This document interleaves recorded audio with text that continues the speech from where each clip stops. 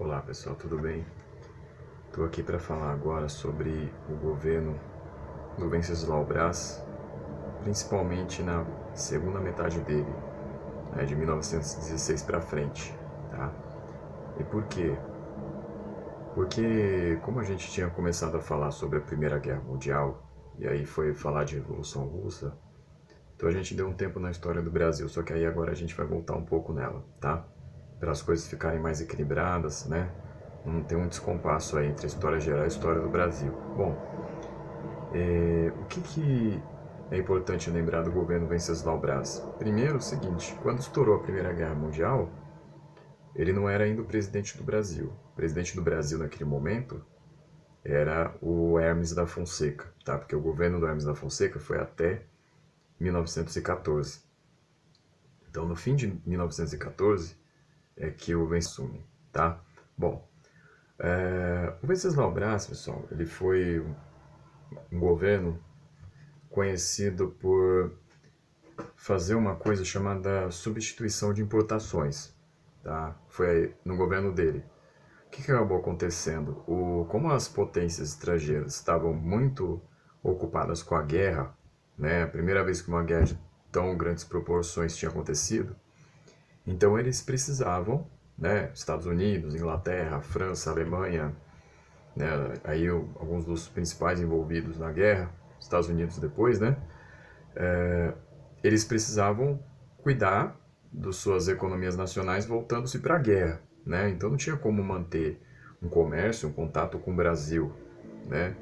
Como faziam antes. Então o Brasil vendia café e recebia de volta, né? Comprava de volta, importava produtos manufaturados, né? Então calçados, roupas, máquinas, ferramentas. Então não tinha mais como essas potências estrangeiras manterem essa possibilidade, né? Então, por isso que elas vão acabar, enfim, deixando o Brasil meio de lado aí. Bom, o que vai acontecer é que o Brasil vai começar a desenvolver essas indústrias aqui mesmo, né?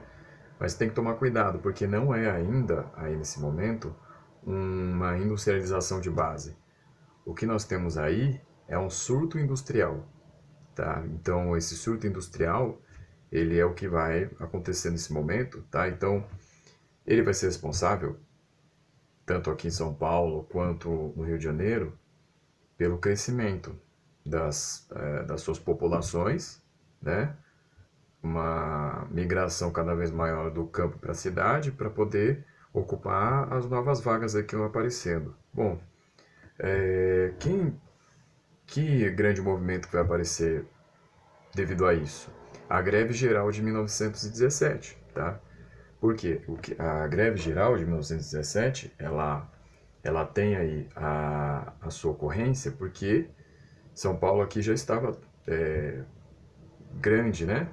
Em comparação com as outras cidades na questão industrial. Então lá no Cotonifício Cresp, em 1917, foi onde começou. Aquilo só foi possível porque essa industrialização estava acontecendo. Não a industrialização de base, tá? Tem que ficar claro isso, é o surto industrial. Bom, depois eu vou postar lá um texto que fala mais propriamente sobre a greve geral de 1917, tá? Que aqui eu estou tentando passar uma visão geral para vocês. Bom, então esse é um ponto, tá? A greve geral de 1917 é uma coisa muito importante de entender. Bom, a Revolução Russa, ela acabou tendo muita influência sobre os movimentos de trabalhadores no Brasil. Então, por exemplo, no início, né, os anarquistas, também os socialistas, né, que eram os movimentos que havia aqui no Brasil, eles vão ser muito influenciados pela Revolução Russa no seu início, tá? Por que eu falo no seu início? Porque à medida que a Revolução Russa foi acontecendo e as notícias que se espalhavam sobre a questão, né, das oposições que vão acontecer entre anarquistas e bolcheviques lá no processo da Revolução Russa, aqui os anarquistas vão começar a olhar a Revolução Russa com reservas, né? Mas os socialistas e depois os comunistas não, eles vão continuar reivindicando, aí vão continuar saudando a Revolução Russa. No caso dos jornais aqui, a maioria deles era contra a Revolução, porque eram todos eles controlados praticamente por empresários, né? Então eles não queriam né, a Revolução Russa, não queriam muito dar atenção para ela. Bom, quer dizer, davam atenção, mas demonizando a Revolução.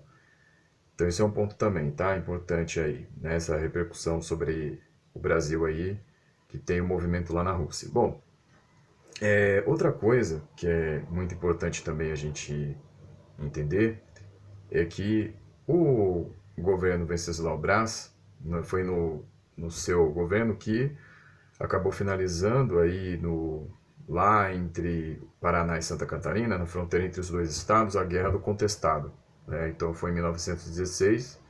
Eu já tinha começado a falar da Guerra do Contestado lá, ainda no governo Hermes da Fonseca, mas é importante entender que ela acaba aí no governo Venceslau Braz. Tinha lá os interesses da São Paulo Railway Company. A São Paulo Railway Company é uma companhia ferroviária com capital inglês, então o Brasil era pressionado a acabar lá com o movimento dos poceiros, né, que queriam manter a posse de terras sobre aquela região, né? Então lá liderados pelo José Maria, ele acabou desaparecendo lá no meio do conflito, enfim, provavelmente deve ter morrido.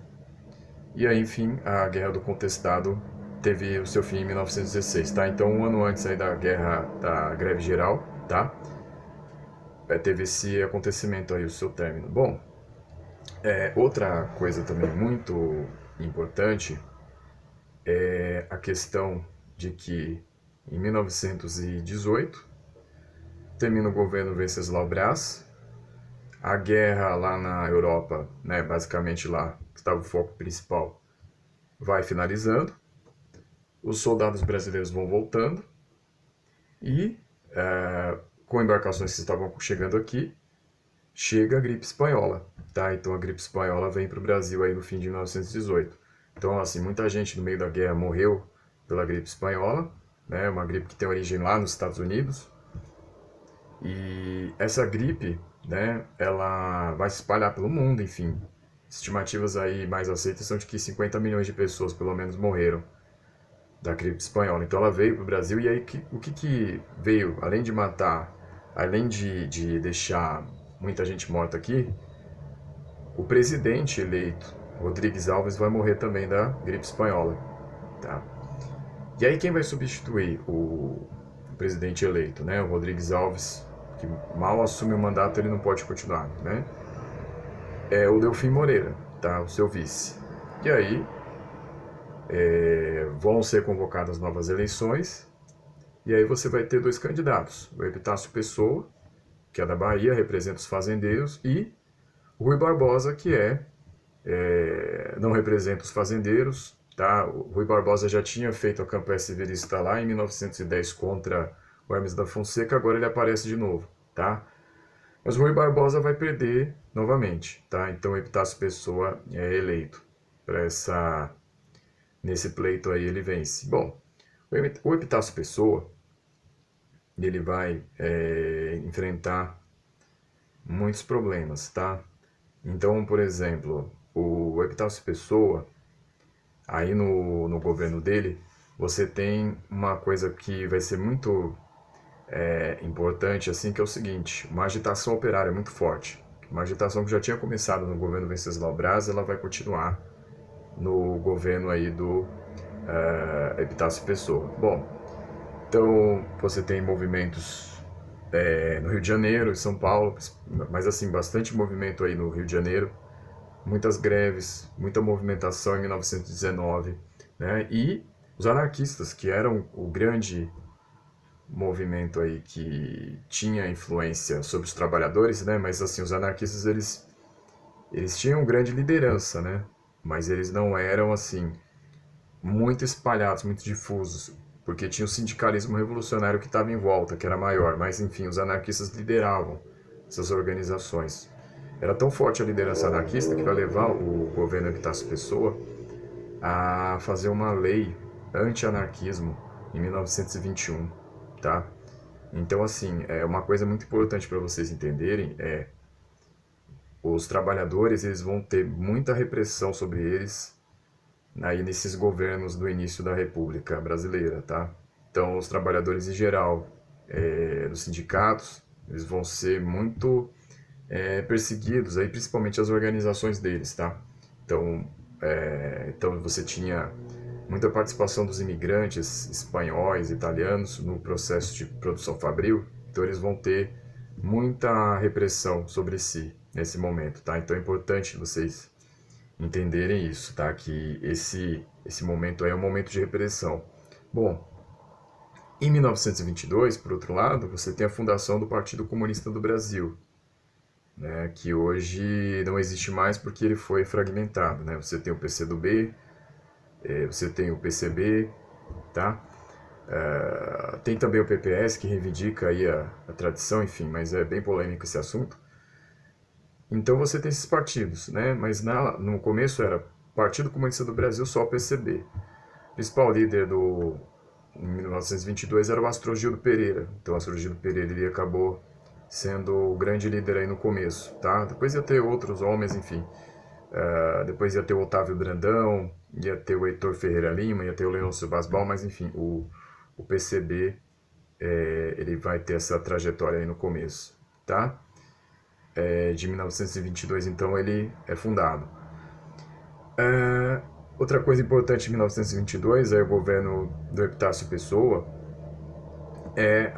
a Semana de Arte Moderna, tá? Então a Semana de Arte Moderna, que foi uma coisa que movimentou bastante aí, enfim, os intelectuais daquele ano, né? Que foi feita sua sede ali no Teatro Municipal aqui de São Paulo.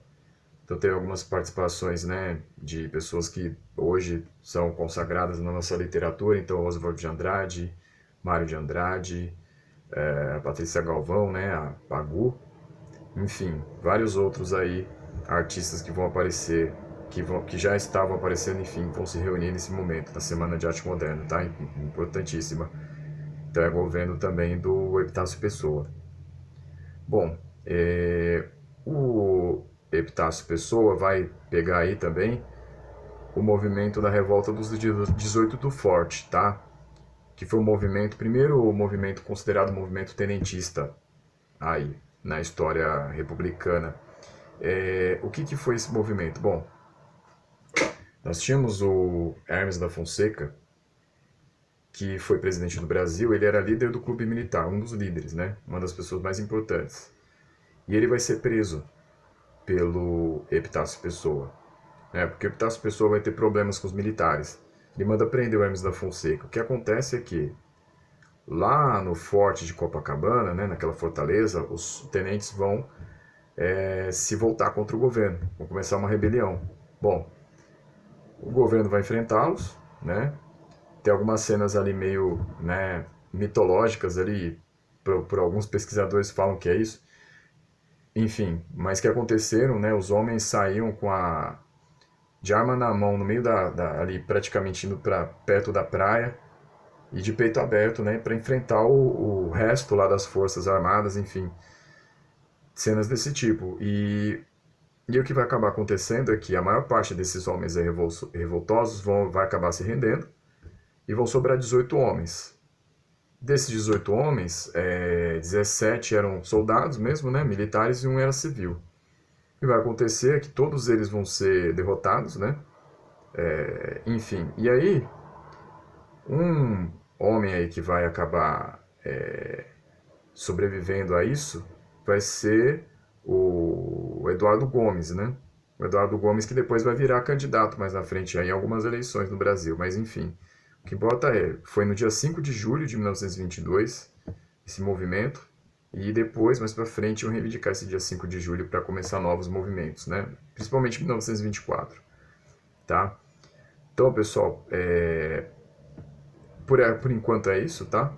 Eu vou continuar no próximo vídeo aí com vocês, tá bom? Então é isso, obrigado.